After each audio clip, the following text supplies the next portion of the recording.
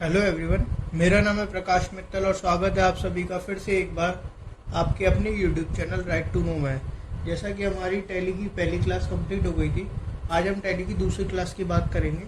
आज हम पहले वही सारी चीज़ें रिपीट करेंगे जो पहली क्लास में हो चुकी हैं, क्योंकि पहली क्लास में मैं हाथ से समझा रहा था लिख कर, तो वो सारी चीज़ें जो मैंने लिखी थी वो इतनी क्लियर नहीं हो पाई, इसलिए आज मैं प्रिंट आउट फॉर्मेट में आपको दोबारा से समझाऊँगा। तो सबसे पहले हम बात करते हैं बिजनेस की। बिजनेस क्या होता है? Any legal action that is done in order to earn income और प्रॉफिट इज कॉल्ड बिजनेस। यानी कि हम कोई भी ऐसा काम जिसका जरिया हमारा लीगल वे में करते हुए प्रॉफिट कमाना है, उसको हम बिजनेस कहते हैं। चाहे आप चाय की दुकान खोल लीजिए, मोमोज का ठेला लगा लीजिए, या आप एक शू प्रोडक्शन कर लीजिए, आप कोई भी काम ऐसा काम का मोटिव प्रॉफिट कमाना है, वो बिजनेस की कैटेगरी में आता है। ठीक है, हम कैपिटल को बाद में समझेंगे। सबसे पहले हम समझेंगे types of business. Business basically दो प्रकार के होते हैं, ट्रेडिंग और प्रोफेशन। ट्रेडिंग है जिसमें हम परचेज और सेल करते हैं किसी भी गुड्स एंड सर्विसेज की in order to earn profit is called trade. जैसे कि आपने मोबाइल खरीदा और फिर मोबाइल बेचा, तो वो ट्रेडिंग में आएगा। आपने कोई सर्विस प्रोवाइड करी, जैसे होटल की सर्विस, आपका होटल है और आप वहाँ पे रूम प्रोवाइड कर रहे हैं, या आप वहाँ पे बैंक्वेट हॉल है, आप वहाँ पे पार्टी के लिए हॉल प्रोवाइड करा रहे हैं, वो सारा आपका ट्रेडिंग या सर्विसेज के अंडर में आएगा। दूसरा होता है प्रोफेशन। प्रोफेशन क्या होता है? Any work done in order to earn profit which necessarily requires prior training and education is called profession. Example के लिए डॉक्टर, लॉयर, इंजीनियर। यानी कि कोई भी इंसान जो ट्रेनिंग लेकर आया है जिसपे एक स्पेसिफाइड डिग्री है, तो वो प्रॉफिट कमाने के लिए अपनी डिग्री का इस्तेमाल करता है और उसके थ्रू प्रॉफिट जो अर्न करता है, तो वो बिजनेस प्रोफेशन के अंडर में आएगा। ठीक है, जैसे कि डॉक्टर हो गया, इंजीनियर, डॉक्टर के पास आप जाते हो तो वो अपनी फीस लेता है, तो वो उसका प्रोफेशन है। अब बात करते हैं प्रोपराइटर की। देखिए, बिजनेस जो भी स्टार्ट होता है वो दो तरीके से स्टार्ट होता है, या तो प्रोपराइटरशिप या पार्टनरशिप। प्रोपराइटरशिप बोलते हैं जिसमें एक ही स्वामी होता है बिजनेस का, और पार्टनरशिप जिसमें एक से ज़्यादा मालिक हो सकते हैं। ठीक है, प्रोपराइटर कौन होता है? एक ही इंसान जो बिजनेस में कैपिटल लगाता है, यानी कि जो बिजनेस में एक इन्वेस्ट करता है बिजनेस चलाने के लिए, उसे प्रोपराइटर बोलते हैं। और पार्टनर किसे बोलते हैं? जो एक से ज़्यादा लोग मिलकर किसी बिजनेस में कैपिटल इन्वेस्ट करते हैं, उसे हम पार्टनरशिप फॉर्म बोलेंगे। प्रोपराइटरशिप में जो भी प्रॉफिट लॉस होगा उसका सीधा हक एक ही इंसान का होगा। चाहे प्रॉफिट होगा तो वो पूरा प्रॉफिट उसी का, अगर लॉस हुआ तो पूरा लॉस उसी का। पार्टनरशिप में जितना भी प्रॉफिट लॉस होगा वो पार्टनर्स के एक परसेंटेज के हिसाब से आपस में बटेगा। ठीक है, अब मेन बात करते हैं कैपिटल की। देखिए, कैपिटल मैं आपको पहले भी बता चुका हूँ, लेकिन फिर से आपको दोबारा समझा देता हूँ, क्योंकि वो पहले मैं हाथ से लिख के बता रहा था इसलिए ढंग से क्लियर नहीं हुआ। The amount of cash, good और assets which initially invested by proprietor while commencing business is called capital. यानी कि कोई भी अमाउंट या कोई भी एसेट्स जो एक प्रोपराइटर के द्वारा किसी बिजनेस में इन्वेस्ट करी जाती है, वो उसकी कैपिटल कहलाती है।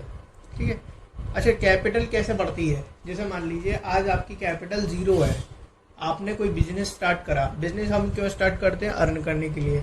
आपने मान लीजिए पूरे साल में बिजनेस में 5 लाख रुपए कमाए, तो नेक्स्ट ईयर आपकी जो इनकम हो जाएगी, यानी कि नेक्स्ट ईयर जो आपकी कैपिटल हो जाएगी वो 5 लाख रुपए की हो गई। ठीक है, क्योंकि कैपिटल इंसान की एक तरीके से नेटवर्थ होती है, उसकी क्षमता होती है कि वो आज के समय में उस इंसान की कागजों में या एक नंबर में कितने की क्षमता है। अब नेक्स्ट बात करते हैं एसेट्स की। All the resources of business having economic value are called assets. यानी कि कोई भी बिजनेस के वो रिसोर्सेस जिनकी एक इकोनॉमिक वैल्यू है, जैसे हमने कोई बिजनेस स्टार्ट करते हैं, हम उसमें फर्नीचर लगाते हैं, उसकी एक इकोनॉमिक वैल्यू है। हम उसमें मशीन वगैरह इन्वेस्ट करते हैं, हम उसमें मशीन वगैरह लगाते हैं, वो उसकी एक इकोनॉमिक वैल्यू है। हम उसमें जो पैसा लगाते हैं, जिसके थ्रू हम माल खरीद के लाते हैं, क्योंकि हम कोई भी बिजनेस करेंगे, जो हम उसमें माल खरीद के लाएंगे वो भी हमारे एक एसेट्स हो गया ना, तो वो भी एक इन्वेस्टमेंट है, वो एसेट्स की कैटेगरी में आएगा। अब बेसिकली एसेट्स दो तरह की होती है, एक फिक्स एसेट, एक current assets. The assets which are used by business for a long time are called fix asset और नॉन करेंट एसेट्स। ऐसी एसेट्स जो एक बिजनेस में लॉन्ग टाइम के लिए लगाई जाती हैं उसे फिक्स एसेट्स बोलते हैं। देखिए मैं आपको अब सिंपल भाषा में बताता हूँ। जैसे आपने कोई बिजनेस में मशीन लगाई, अब कोई भी मशीन जो हम लेकर आते हैं वो कम से कम 2-3 लाख 4 लाख 5 लाख की तो होती है, ठीक है। अब उस मशीन का पर्पस क्या होता है हमारा, कि हम इससे एक प्रोडक्शन करेंगे जिसके थ्रू हम प्रॉफिट अर्न करेंगे, क्योंकि एक बार जो मशीन आ गई वो फिक्स हो गई, ऐसा नहीं है कि अब इसे हम बदल देंगे, ठीक है। वो बहुत ही रेयर केसेस में बदली जाती है, इसलिए वो फिक्स एसेट्स कहलाती है। अब हमने बिजनेस स्टार्ट करा, हमने कोई जगह ली, अपनी लेंगे या किसी की किराए पे जगह लेंगे, उसके थ्रू भी हम बिजनेस करते हैं, तो वो भी हमारा फिक्स एसेट्स में काउंट होता है। अगर अपनी हमारी जगह तो फिक्स एसेट्स में आ जाएगी, ठीक है। हमने कोई ऑफिस खरीदा तो वो भी फिक्स एसेट्स में आ जाएगा। अब दूसरी होती है current assets. Fix assets complete, अब आते हैं करंट एसेट्स। करंट एसेट्स कौन सी होती है, raw material, finish goods, debtors, cash balance. Current assets ऐसी एसेट्स होती है जिनको हम तुरंत बेच सकते हैं। तुरंत बेचने से मतलब है जिनको हम तुरंत कन्वर्ट कर सकते हैं कैश में। देखिए, the assets which are used up in 1 year और easily get converted into cash 1 year are called current assets. ऐसी एसेट्स जिसको हम इजीली कन्वर्ट कर सकते हैं वो सारी करंट एसेट्स कहलाती है, और ये फिक्स नहीं रहती। जैसे मान लीजिए आज हमारा जो साल खत्म हो गया, उसके लास्ट में हमारे पास कैश बैलेंस 1 लाख रुपए है। हो सकता है नेक्स्ट ईयर 50,000 रह जाए, उसके बाद हमारे पास 1 लाख रुपए हो जाए, तो ये कोई फिक्स नहीं रहती हैं, ये हमेशा लिक्विड फॉर्म में रहती हैं। एसेट्स के बाद आती है लायबिलिटी। एसेट्स हमारी संपत्ति हो गई। दूसरी साइड आती है लायबिलिटीज, जिसे हम अपनी जिम्मेदारी या दायित्व बोलते हैं, हिंदी में दायित्व बोलते हैं। The amount which business owes to other is called its liabilities. There is a certain amount which business is under obligation to pay. There are 2 types of liability. देखिए, कुल मिला के कोई भी बिजनेस स्टार्ट करते हैं तो हमारी उसमें कुछ जिम्मेदारियां हो जाती हैं, उसको हम लाइबिलिटीज बोलते हैं। जैसे हम घर में रह रहे हैं, मान लीजिए आपके घर के मुखिया आपके फादर हैं, तो उनकी कुछ जिम्मेदारियां होंगी कि घर का राशन लेकर आना है, ठीक है, बच्चों की पढ़ाई के लिए फीस देनी है, उनकी करियर के लिए सोचना है, वो सारी उनकी जिम्मेदारियां हैं। ऐसी हम बिजनेस जब स्टार्ट करते हैं तो हमारी कुछ जिम्मेदारियां बन जाती हैं, उसको हम लायबिलिटीज बोलते हैं।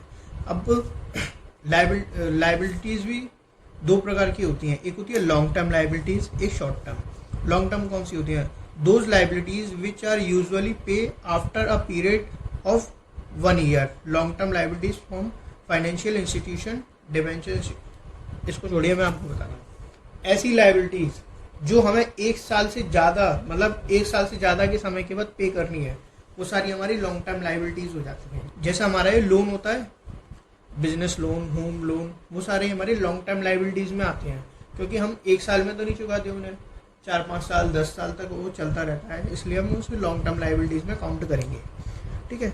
दूसरी होती है short term liabilities. Short term liabilities में क्या होता है, जैसे हम किसी से माल खरीद के लाए उधारी पर, तो हमें उसका पेमेंट करना होगा। ऐसा तो है नहीं है कि हम उसका पेमेंट 1-2 साल बाद करें, ठीक है, हमें उसका पेमेंट 15 दिन, 1 महीने, 2 महीने, मैक्स टू मैक्स 6 महीने बाद हमें करना ही पड़ेगा, तो वो हमारी शॉर्ट टर्म लायबिलिटीज में काउंट होती हैं, ठीक है। Bank overdraft. बैंक ओवरड्राफ्ट क्या होता है, हमने अपना बिजनेस स्टार्ट करने के लिए हमारे पास कैश नहीं था, तो हमने बैंक में एक ओडी अकाउंट चालू कर दिया, जिसे हम बैंक ओडी अकाउंट बोलते हैं।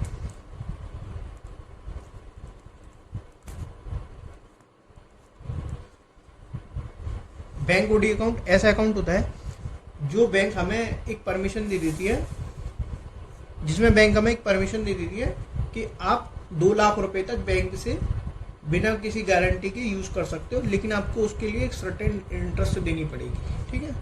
तो ये सारी हो गई हमारी long term liabilities, short term liabilities. अब हम बात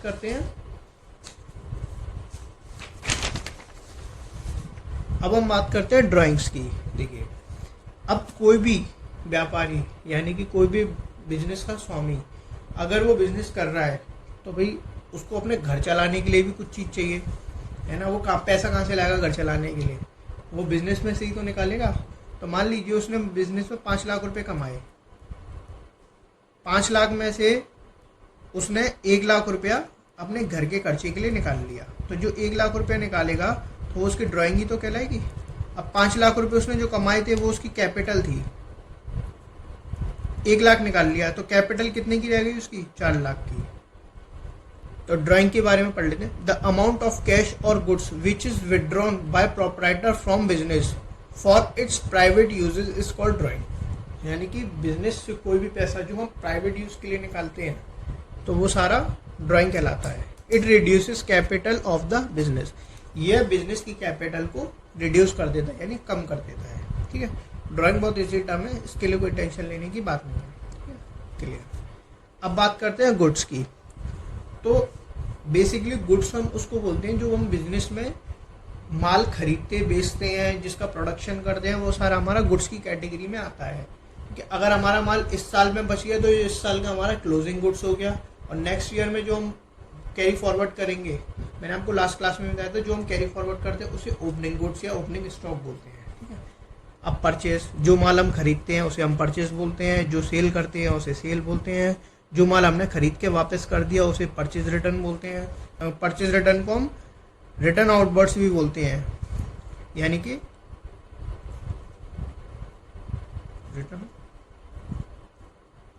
रिटर्न आउटवर्ड, यानी कि जो माल बिजनेस में आया था अब वो रिटर्न हो रहा है। देखिए लिखा है return outward.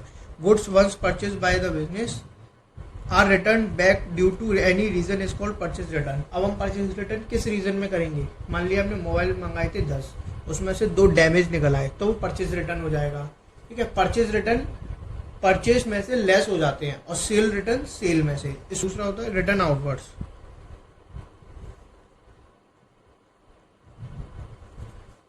Goods are sold to the customer when are return back by them. यानी हमने कोई माल बेचा था, अब वो कस्टमर ने हमें रिटर्न कर दिया है तो हमारा सेल रिटर्न हो जाएगा। बेचा हुआ माल वापस आ गया, यानी पहले माल चला गया था अब वो वापस आ रहा है, और इसे भी हम सेल में से लेस कर लेते हैं।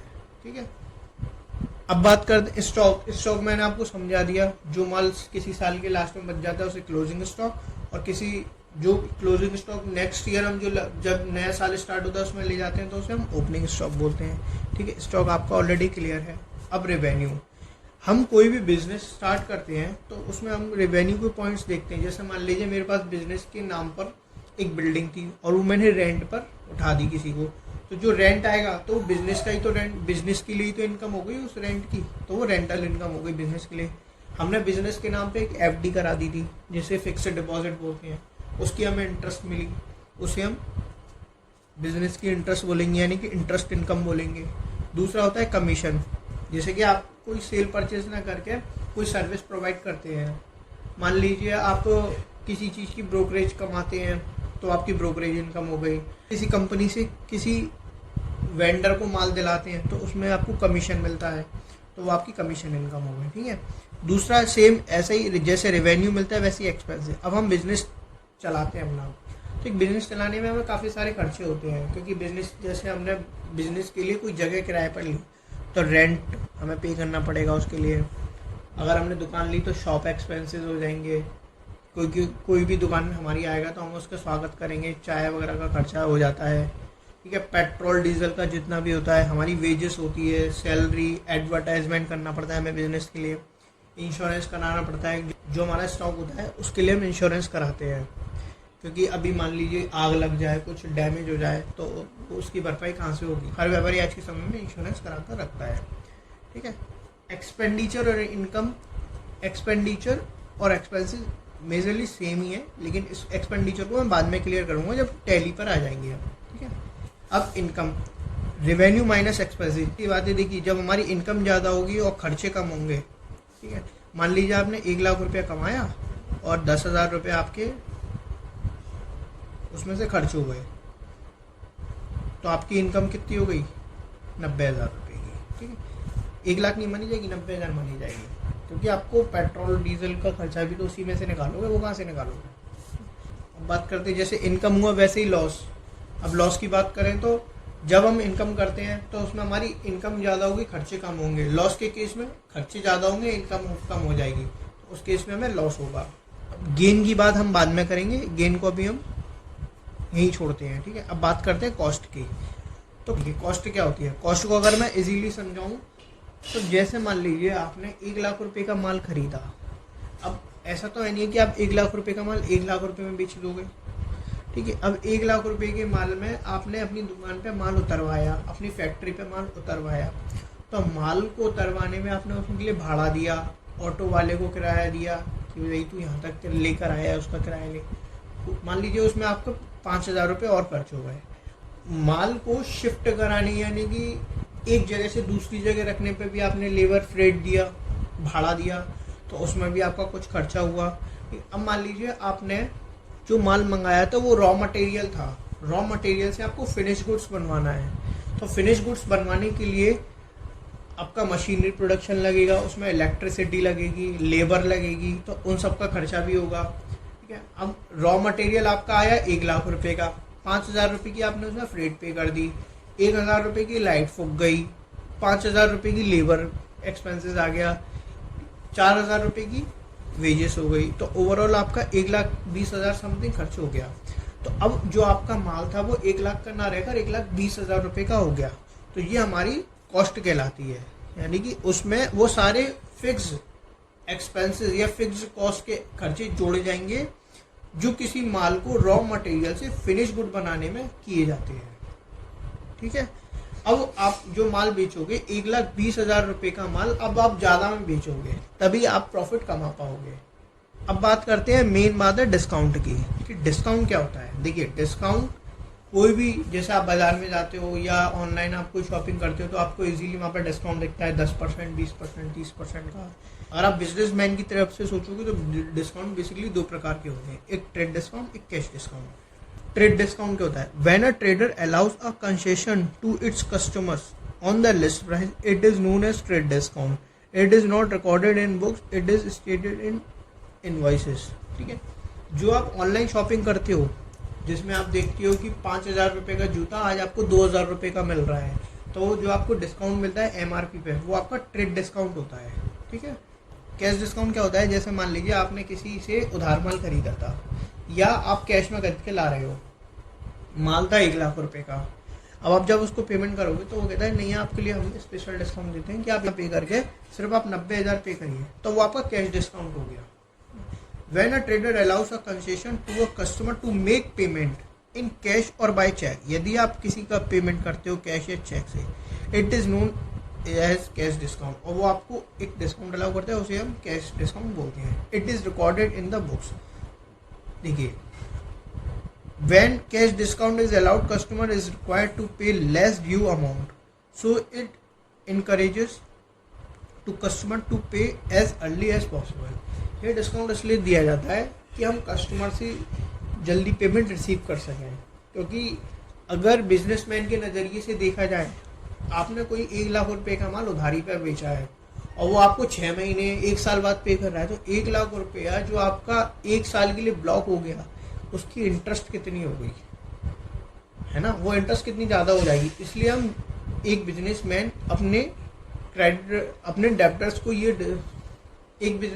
डेब्टर्स को ये लालच देता है कि आप मुझे पेमेंट कर दीजिए, 1 लाख ना करके 1,90,000 पेमेंट, सॉरी 1 लाख ना करके सिर्फ 90,000 पेमेंट कर दीजिए, मैं आपको 10,000 रुपये का कैश डिस्काउंट देता हूँ। ठीक है, अब आप बात करते हैं डेटर्स की। डेटर्स कौन होते हैं?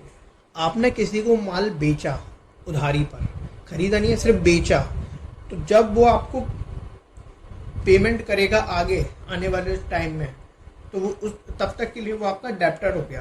ठीक है, यानी कि वो आपका देनदार हो गया, हिंदी में बोलते हैं इसे देनदार।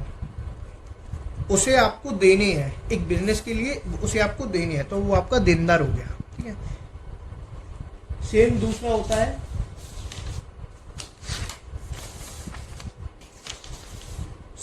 होता है क्रेडिटर्स। आपने किसी से उधार माल खरीदा, तो जब तक आप उसका पेमेंट नहीं कर देते हो तो वो आपके लिए क्रेडिटर हो गया, यानी कि वो आपके लिए लेनदार हो गया।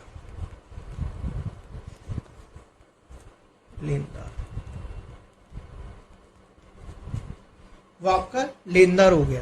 ठीक है, जैसे कि आप बैलेंस शीट को डिस्कस कर रहे थे, तो देनदार जो होते हैं, देनदार हमारे एसेट्स होते हैं, ये हमारे एसेट साइड आएंगे, जबकि क्रेडिटर्स हमारे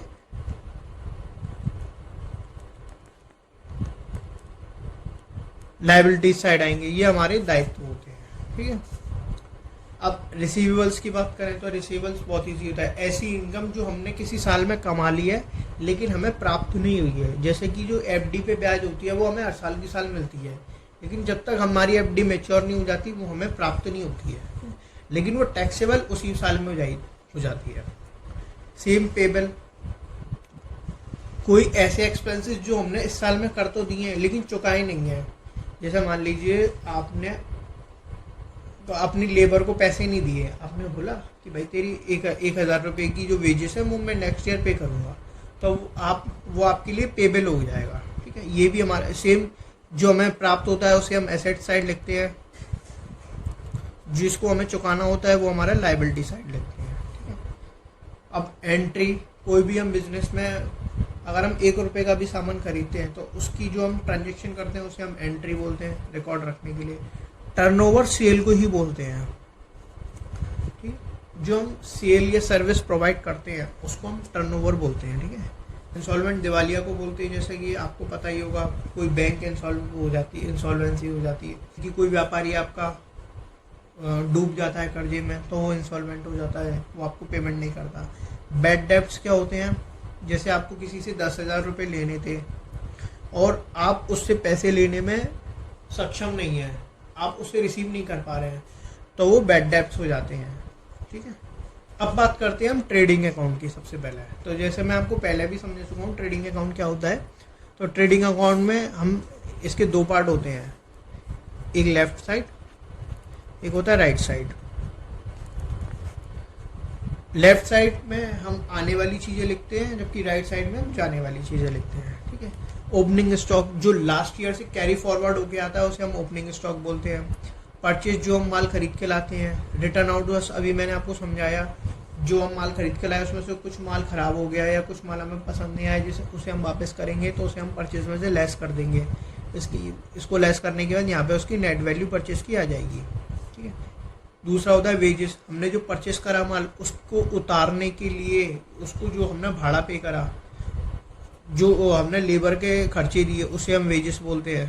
ठीक है, कैरेज इनवर्ड, उसे लाने के लिए ऑटो का जो खर्चा हुआ, किराया हुआ, उसे कैरेज इनवर्ड और फ्रेट इनवर्ड दोनों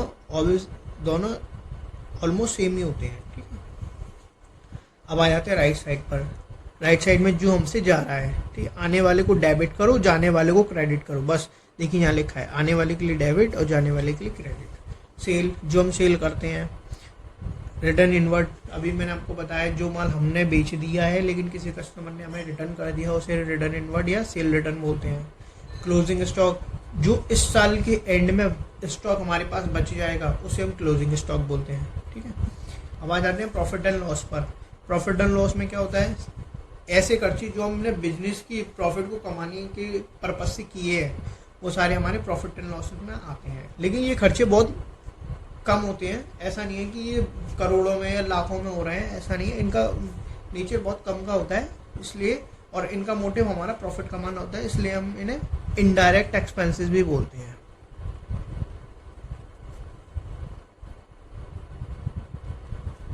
ठीक है, अब आप एक चीज बोलोगे कि जब हमारे खर्चे हो रहे हैं तो उसे हम डेबिट साइड क्यों लिख रहे हैं, खर्चे में तो बल्कि हमारे पास से पैसा चला जाएगा ना। लेकिन देखिए इसमें हमारे पास पैसा जा रहा है लेकिन उसके बदले में हमारे पास सर्विसेज आ रही हैं। जैसे हमने किसी को सैलरी पे करी तो सैलरी के बदले में हमने उससे सर्विस ली ना, एक तरीके से एक सैलरी की सर्विस आ गई हमारे पास। ठीक है, हमने ऑफिस का रेंट दिया लेकिन उसके बदले में हमने उसका ऑफिस भी तो यूज़ करा, एक तरीके से हमने उसकी सर्विस ले ली, है ना। टेलीफोन एक्सपेंसेस, टेलीफोन पे हमने पूरे साल हम बतियाए भी तो सही, तो वो सारी हमने उसकी सर्विस ले ली, है ना। तो ये सारी एक्सपेंसेस होते हैं, आप इसको एक बार देख लीजिए।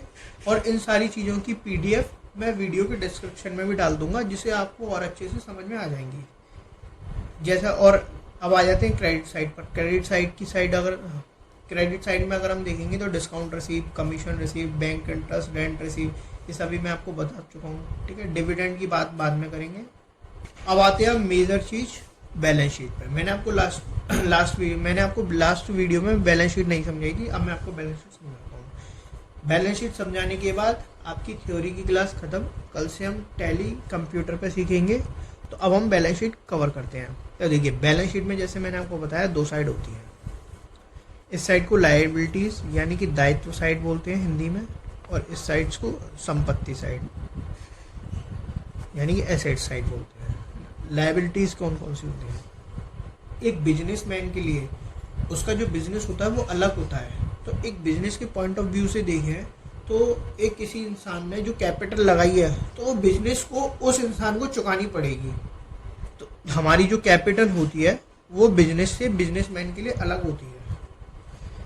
अब कैपिटल में से मैंने आपको बताया ड्राइंग हमारी कैपिटल को रिड्यूस कर देती है, इसे हमने लेस कर दिया। और प्रॉफिट जो होता है वो कैपिटल को बढ़ा देता है, इसलिए हमने उसे प्लस कर लिया। उसके बाद जो हमारी कैपिटल आएगी वो इस साल की क्लोजिंग कैपिटल आएगी। आप ये आपकी क्लोजिंग कैपिटल हो गई। उसके बाद आते हैं बोरोड कैपिटल या लॉन्ग टर्म कैपिटल। देखिए मैंने अभी आपको बताया था बैंक से जो हम लोन लेते हैं वो काफ़ी सालों साल चलता है, इसलिए हम उसे लॉन्ग टर्म लोन या लॉन्ग टर्म लाइबिलिटीज़ में काउंट करते हैं। अब लोन भी दो तरीके के होते हैं, एक होता है सिक्योर्ड लोन, एक होता है अनसिक्योर्ड लोन। अगर हम बैंक से कोई चीज़ ले रहे हैं या किसी ऐसे इंसान से जिसके बदले में हम कोई चीज़ गिरवी रख रहे हैं, बैंक से लोन लेते हैं तो हम अपने प्रॉपर्टी के पेपर रखते हैं, अपना गोल्ड रखते हैं, तो वो सारे सिक्योर्ड लोन हो जाते हैं। यानी कि अब वो लोन सिक्योर्ड है बैंक की नज़र से, क्योंकि अगर सामने वाले ने नहीं चुकाया तो बैंक उसकी जो सामान है उसको बेचकर अपना पैसा रिकवर कर सकती है। दूसरा होता है अनसिक्योर्ड लोन। अनसिक्योर्ड लोन ऐसे लोन होते हैं जिसमें कोई गारंटी नहीं रखी जाती है। जैसे मान लीजिए आपने किसी पड़ोस के भैया से पैसे उधार ले लिए, तो वो आपसे कुछ लेंगे थोड़ी ना, बदले में आपसे ये थोड़ी कहेंगे कि भाई तो अपने प्रॉपर्टी के पेपर रखे जाए तभी मैं लोन दूंगा, तो नहीं, तो वो सारे अनसिक्योर्ड लोन होते हैं। ठीक है, अब बैंक भी अनसिक्योर्ड लोन देती है, ऐसी बात नहीं है बैंक ना देती हो, लेकिन बैंक जो सिक्योर्ड लोन देती है उसकी जो रेट ऑफ इंटरेस्ट होती है वो कम होती है, और जो अनसिक्योर्ड लोन होते हैं उसकी रेट ऑफ इंटरेस्ट काफ़ी ज़्यादा होती है। तो जनरली लोग बैंक से सिक्योर्ड लोन लेते हैं और आसपास के लोगों से अनसिक्योर्ड लोन लेते हैं। ठीक है, अब दूसरी बात करते हैं करंट लायबिलिटीज़। करंट लायबिलिटीज़ में सेंट्रिक क्रेडिटर्स या कोई भी पेबल्स आ जाते हैं। जैसे मान लीजिए आपका ऑडिट फीस पेबल, कोई भी पेबल हो, एनी पेबल,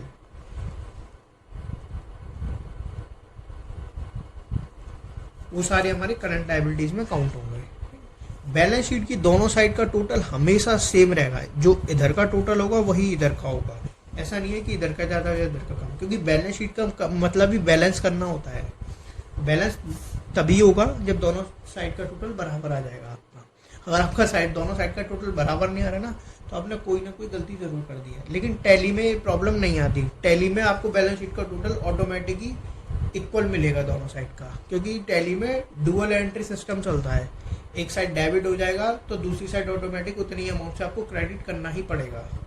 ठीक है, अब हम कल से टैली स्टार्ट करेंगे, तब मैं आपको उसमें स्टेप बाय स्टेप सारी चीज़ें क्लियर करूँगा।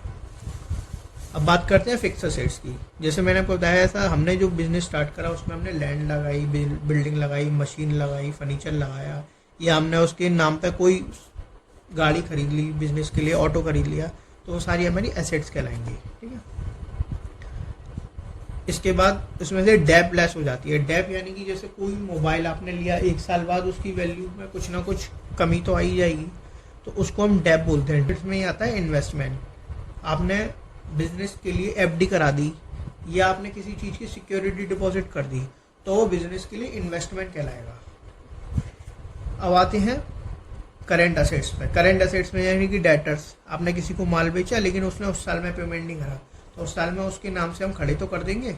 जैसे रामलाल को आपने 10 लाख रुपए का माल बेचा, तो 10 लाख रुपए भी राम ने नहीं चुकाए, तो इस साल हम उसके नाम से खड़े कर देंगे, क्योंकि भाई आज नहीं दे रहा कल तो देगा वो, तो वो हमारा डेप्टर्स हो जाएगा। ठीक है, क्लोजिंग स्टॉक, जैसा ट्रेडिंग अकाउंट में मैंने अभी आपको बताया था, तो क्लोजिंग स्टॉक हमेशा 2 बार लिखा जाता है। ये मैं बाद में बताऊंगा क्यों 2 बार लिखा जाता है। बैलेंस शीट का भी पार्ट है वो, और वो ट्रेडिंग अकाउंट का भी पार्ट है। ठीक है, ये सारे क्लोजिंग स्टॉक हो जाता है। Work in progress, store and spare, या आपका रॉ मटेरियल बच गया, वो सारा क्लोजिंग स्टॉक में ही काउंट होगा। उसके बाद आते हैं प्रीपेड एक्सपेंसेस, ऐसे एक्सपेंसेस जो हमने ऑलरेडी इस साल में पे कर दिए हैं, नेक्स्ट ईयर में होंगे लेकिन इस साल में हमने पे कर दिए हैं। ठीक है, बाकी आपका कैश और बैंक है ना, इस साल के एंड में आपके पास क्या बैंक में क्या बैलेंस बचा, कैश में क्या बचा, तो इन दोनों साइड का टोटल हमेशा इक्वल हो जाएगा। ये हमारी बैलेंस शीट कंप्लीट हो गई। तो आज के लिए बस इतना ही। हो सकता है कि थोड़ा वीडियो लंबा हो गया हो, लेकिन सारे टॉपिक्स क्लियर करने दे। आपको अकाउंटिंग की जो बेसिक कॉन्सेप्ट्स होते हैं वो समझाना बहुत ज़रूरी था। अब कल से हम टैली की क्लासेस स्टार्ट कर देंगे, और टैली की क्लासेस में हम कंपनी क्रिएट करने से लेकर टैली को फाइनलाइज करने तक सारी चीज़ें डिस्कस करेंगे। तो आज के लिए इतने, और इस वीडियो को शेयर कर दीजिए। इस वीडियो को आप जितना ज़्यादा शेयर करोगे और लोगों को अभी फ़ायदा होगा, और मेरा भी हो सकता है इसमें थोड़ा बहुत। Thank you.